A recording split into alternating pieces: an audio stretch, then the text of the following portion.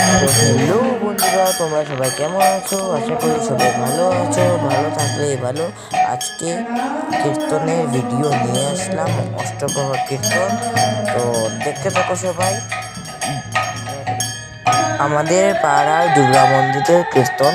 তো ভালো লাগলে লাইক, কমেন্ট ও শেয়ার ও সাবস্ক্রাইব করে দিন।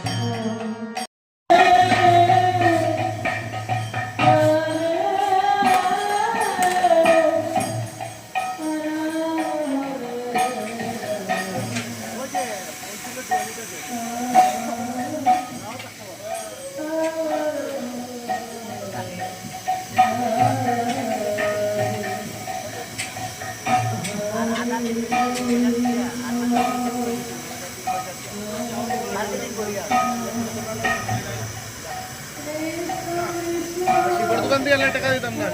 দোকান দিয়ে যদি টাকা আনো টাকা দিতা দেখাইতে।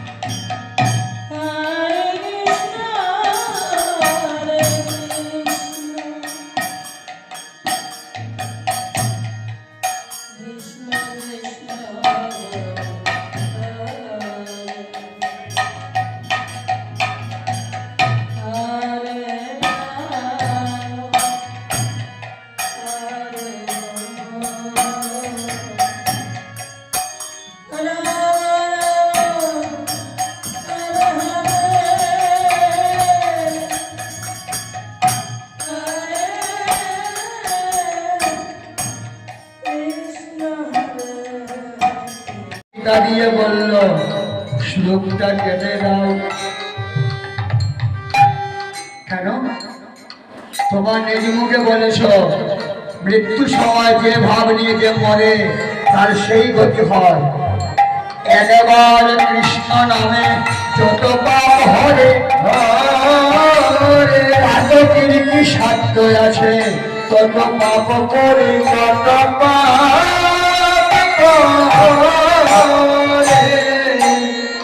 সেই জায়গায় তিনবার বলেছে নারায়ণ নারায়ণ নারায়ণ। যমদূত বলল প্রভু তার ছেলেকে ডেকেছে। বিষ্ণুদূত বলল পাখি হোক, পশু হোক, বৃক্ষ হোক, লতা হোক, কিছু যায় আসে না। প্রশ্ন হলো নারায়ণ নামটা দাও। তোমার নাম যদি হয়, তিনবার বলেছে নারায়ণ নারায়ণ নারায়ণ। নারায়ণ এমন ভাবে বুকে জড়িয়ে ধরল, নয়ন জলে অজামিলের দেহ ভাসাতে লাগলো। মনে হলো অজামিলের মতো এত বড় আপন এই দুনিয়াতে তারা কেউ নাই। তোমায়েরা, অজামিল যদি ছেলে নারায়ণকে দেখে গোবিন্দ পেতে পারে, তো আপনারা যদি এই নাম নেন আপনাদের কেন হবে না?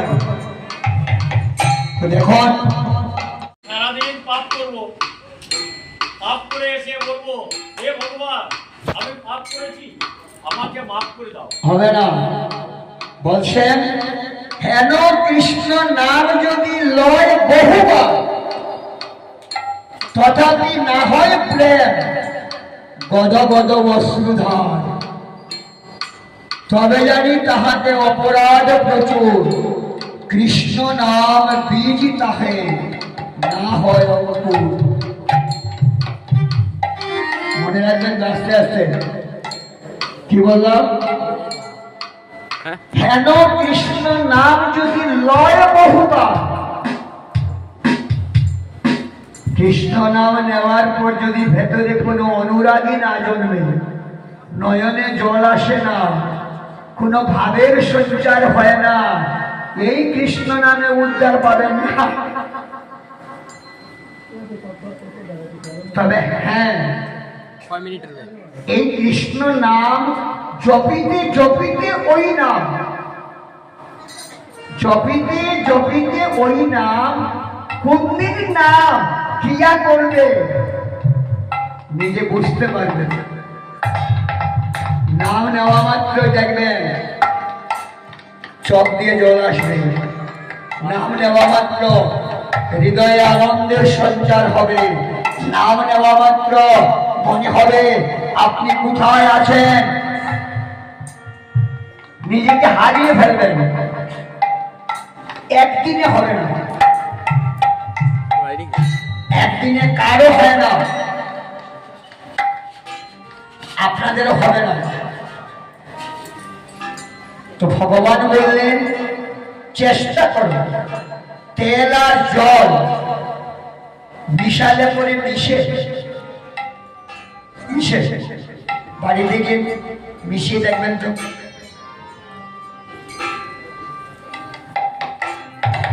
যতক্ষণ ফুটাবেন একটা ঘোলাটে রূপ ধরবে, ফুটা বন্ধ করে দিলে আলাদা হয়ে যাবে, তেল আলাদা জল আলাদা। আর যদি মরবার আগ পর্যন্ত ফুটা বন্ধ করেন না, কি হবে? মরার আগ পর্যন্ত যদি ঘুটা বন্ধ করেন না, কি হবে? একাকার হয়ে যাবে। ঘুটাটা জীবনে বন্ধ করবেন না, ঘুরতে ঘুরতে কোন দিন একাকার হবে নিজেই বুঝবেন না। বারবার গোবিন্দ বলছেন, মহাপ্রভু বলছেন চেষ্টা করুন। হাই দেখা যতটুক এই জন্মে অগ্রসর হবে, তোমার পরজন্ম সেখান থেকে শুরু হবে, এবং এইভাবে একদিন তুমি এই কমিটির সদস্য যারা আছেন সবার কাছে গিয়ে বলছেন, তোমরা যে যজ্ঞের আয়োজন করেছিলে সুন্দর সুষ্ঠুভাবে সেটা পূর্ণ হয়েছে, এবার তোমরা বৈষ্ণব মহাত্মগণকে বিদায় দাও। আজকে কমিটি দাদারা যে রঘুনন্দনীকে বানিয়েছেন তার কাছে গিয়ে মহাপ্রভু বলছেন, 64 মহান্ত যত ভক্ত গণ, 64 মহান্ত যত ভক্ত গণ, তার মধ্যে গণ হরে শ্রী রঘুনন্দনা।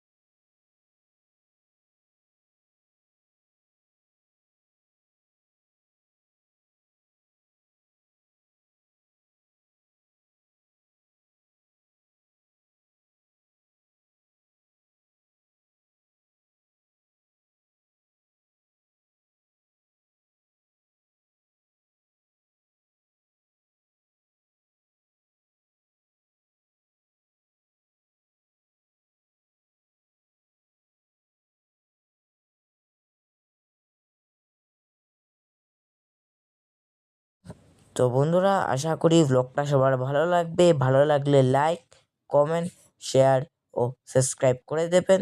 তো আজকের পর্যন্ত টাটা, বাই বাই।